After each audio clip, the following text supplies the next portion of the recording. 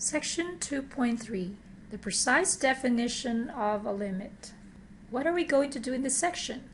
We will use a precise definition of a limit of a function, because so far what we have been doing is just looking at, we just say, suppose that you have a function and we pick an x equal to say a, and we say that the limit of the function as all these x's get closer and closer to a, our y values approach the limit L.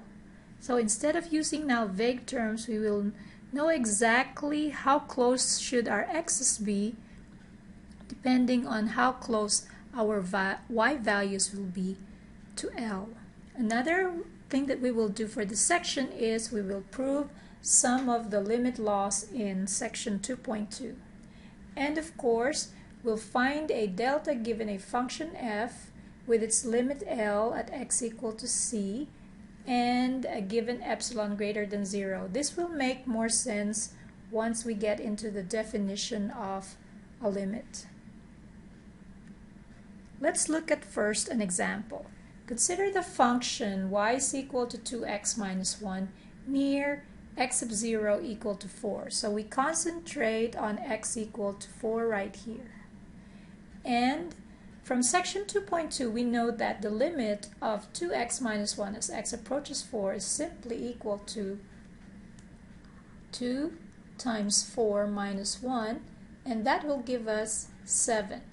Now, however, how close to x sub 0 equal to 4 does x have to be so that the y values differ from 7 by, say, less than 2 units?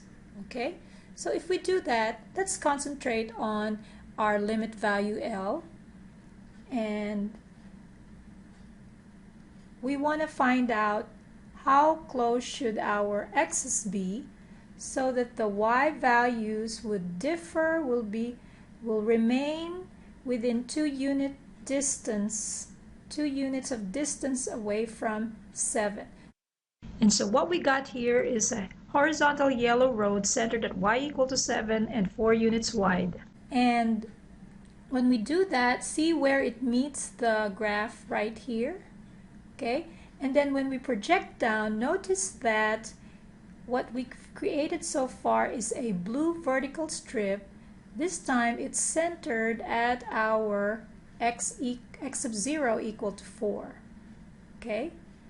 And notice that what we've done so far is that we've created an interval of width 2 because it's 1 unit here and 1 unit from 4 on the right and 1 unit from 4 on the left. So it says here that keeping within 1 unit of distance from x sub 0 equal to 4 will keep our y values within 2 units from 7.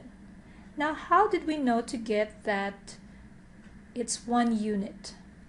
Well, look, if we go too far from x sub 0 equal to 4, say right here, notice that the y values now, right there,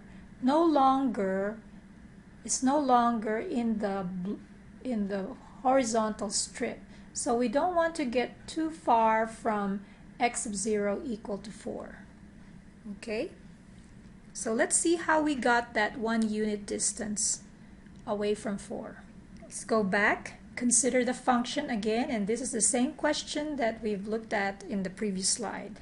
And how do we find out how close should our x's be from x sub 0 equal to 4 so that the y values would differ from 7 by 2 units, less than 2 units. Okay, so the first thing we need to know is that for what values of x is this inequality? Basically, what this inequality means is that it's your horizontal strip that's centered at 7 and it is 2 units away from 7, within 2 units away from 7. So to find the answer, first we express this inequality, the absolute value of y minus 7 in terms of x.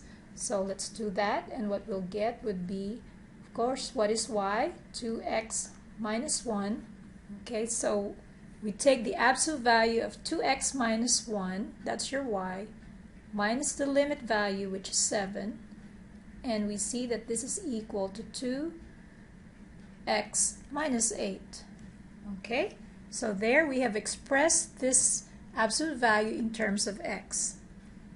Okay, next is what value of x would satisfy this inequality, and that's just y minus 7, and if we substitute y in terms of x, then we get this. What are the x's that would satisfy this inequality? Alright, recall that whenever you have an absolute value of u less than a, it means that u is between negative a and a. So if we translate this now, this would mean that 2x minus 8 in absolute value less than 2 means that 2x minus 8 is between negative 2 and 2. And all we have to do now is just manipulate this compound inequality. The first thing we need to do is add 8 throughout the inequality. Alright, so far we have 2x is between 10 and 6. It's between 6 and 10, and then next is we divide everything by 2.